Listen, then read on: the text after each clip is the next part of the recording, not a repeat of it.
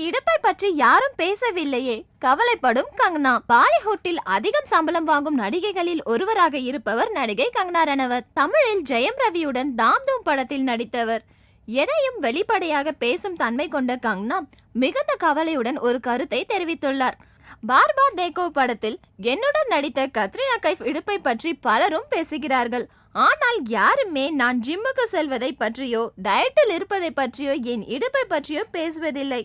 பாலிவுட்டில் உள்ள பெரும்பாலான நடிகைகள் ஜிம்மிற்கு சென்று உடற்பயிற்சி செய்வதற்கு காரணம் தங்கள் இடுப்பை அழகாக வைத்துக் கொள்வதற்காக தான்.